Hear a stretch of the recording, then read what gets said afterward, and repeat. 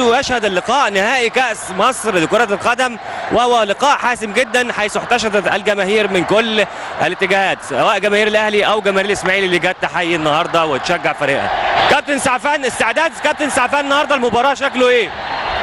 سوري.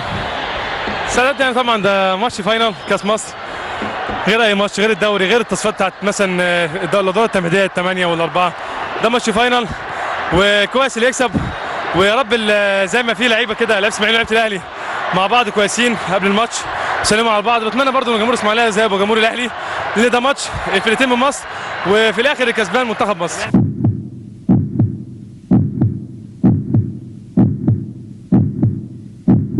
أعزائي المشاهدين، كابتن اسماعيل حفني موجود دلوقتي في أرض الملعب مدرب النادي الإسماعيلي. تفكر في ايه دلوقتي يا كابتن؟ طبعا بفكر في البدايه الحمد لله ان شاء الله اللعيبه مصممه تعمل ماتش كويس تليق باسم النادي. الجمهور النهارده نقدر يعني له عنصر مساعد ولا ضد ولا على؟ الحمد لله الإسماعيلي طبعا اللعيبه اخده على الموضوع ده، طول عمرنا بنلعب في استاد مصر بنفس الجمهور. خطة المباراة النهارده نقدر نقول ايه؟ هل النادي الإسماعيلي جاء النهارده يبحث عن الهجوم السريع والفوز السريع، ولا نقدر نقول يعني لغايه الوقت الاضافي وضربات جزاء؟ ان شاء الله بنبحث على ان ربع ساعه بنمتص حماس النادي الاهلي اللي هو بيستمد من جمهوره. أعزائنا المشاهدين، هذا هو الاستعداد النهائي لفريق الإسماعيلي قبل المباراة بلحظات قليلة جدا. وأيضا أعزائنا المشاهدين، جماهير الإسماعيلي الوفية التي جاءت من أجل مؤازرة الإسماعيلي في نهائي الكأس. علاء، أنت بتهيألي الجماهير النهارده يعني وفية جدا. جمهور الإسماعيلي النهارده جاء إلى استاد القاهرة منذ الصباح الباكر، وبيصاحبه جمهور من الزمالك. وزي ما احنا شايفين دلوقتي ان جمهور الاسماعيلي اقل بكثير جدا في العدد من جمهور النادي الاهلي، ان الجمهور الاهلي نقدر نقول عدد جماهير النادي الاهلي النهارده اضعاف اضعاف اضعاف جماهير النادي الاسماعيلي. كابتن حمزه، شعور جميل وانك بتلعب على النادي الاسماعيلي بعد غيبه؟ والله طبعا يعني انا حاسس فعلا ان انا يعني فعلا كان النادي الاسماعيلي محتاج اي لاعب يكون بيشارك في المباراه دي يعني. وان شاء الله يكون ان شاء الله باذن الله الفوز معانا ان شاء الله باذن الله. مشكلة يا كابتن. اعزائي المشاهدين، نجم الهجوم مجدي الصياد، وايضا في لحظات من التركيز قبل هذا اللقاء. كابتن مجدي، جمهور الاهلي النهارده ممكن يسبب لك نوع من انواع الخوف؟ مفيش اي خوف خالص، احنا لعيبه الحمد لله متعودين على اللعب في وسط الجمهور كتير، والحمد لله احنا كسبناهم هنا بالجمهور قبل كده وتعادلنا معاهم، وهم تعادلوا معانا في اخر ثانيه بضربه جزاء قدام الجمهور ده كله، فمفيش اي لاعب متاثر ولا حاجه، والماتش عادي خالص ان شاء الله. كابتن احمد حسن نجم المنتخب القومي والنادي الاسماعيلي، قرار لعب هذه المباراه بالدوليين اثار عندك ايه؟ ارتحت لكده؟ والله طبعا الحمد لله. يمكن النادي الاسماعيلي كله لعيبه دوليين، وفي لعيبه كتير دوليين، لكن طبعا هو كان فيه الموجود واللي كان يسد مكان احمد حسن. ولكن طبعا الحمد لله ان انا ان شاء الله نفسي اشارك مع النادي الاسماعيلي في بطوله، ونفسنا نحقق للنادي الاسماعيلي بطوله، واكون انا باذن الله حامل الكاس طبعا، لان ده شرف ليا، لان طبعا لما اكون موجود احسن ما اكون طبعا بعيد عن الفرق. لكن ان شاء الله باذن الله ده مثل لي حاجه كويسه، ومثل لي ان ان شاء الله باذن الله ارفع الكاس مع كل الزمايل ان شاء الله باذن الله.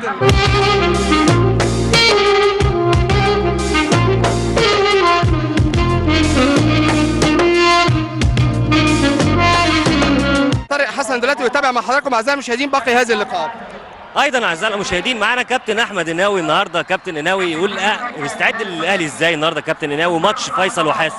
بسم الله الرحمن الرحيم. هو ماتش عادي زي ماتش، بس هو كل اللي فيه ان ده ثالث مره في حياتنا نوصل كاس مصر، واملنا ان احنا نحصل عليه مره واحده يعني. ان شاء الله كابتن، ان شاء الله جزيلا. باذن الله.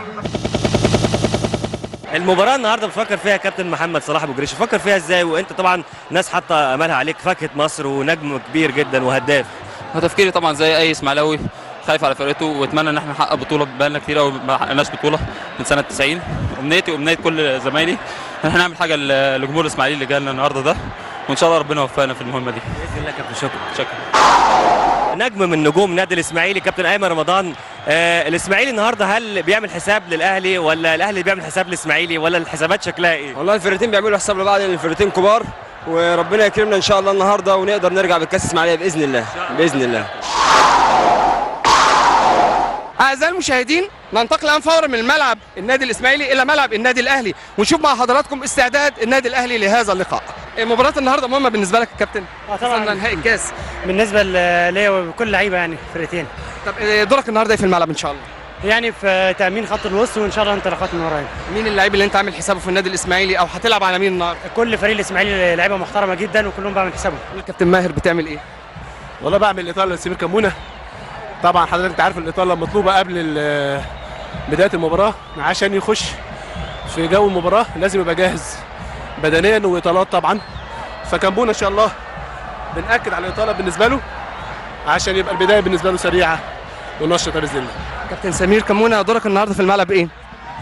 زي كل ماتش حقيقه كابتن، فبتمنى ان شاء الله ان النهارده يكون ماتش يسعد الجمهور مصر كله والنادي الاهلي، يكون ماتش هادي الناس ما تعصبش بالذات اللعيبه، وبتمنى ان هو يكون ماتش يعني فير زي ما الناس بتقول، ويعني نسعد جمهور مصر كله. كابتن ايضا حسام حسن نجم مصر. كابتن حسام، يعني دلوقتي شعور الاهلي ايه وبيلعب في نهائي كاس مصر قصاد الاسماعيلي؟ الاسماعيلي معروف بكورته الجميله برضه، والاهلي معروف بكورته القويه. والله هو الماتش مهم، الاهلي الحمد لله متعود على البطولات ومتعود على النهائيات، وفريق الاسماعيلي فرقه كويسه وكبيره وعندها لعيبه كويسه جدا. فالماتش ان شاء الله اتمنى ربنا يوفقنا والماتش يطلع يليق باسم الكره المصريه.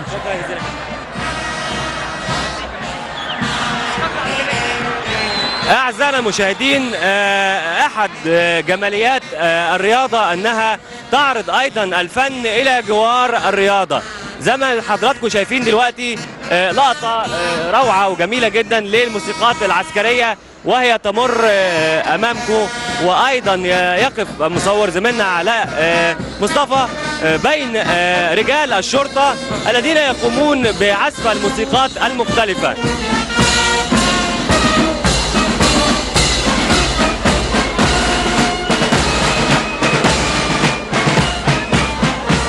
أعزائي المشاهدين، وبدأ الفريقين في النزول إلى أرض الملعب يتقدم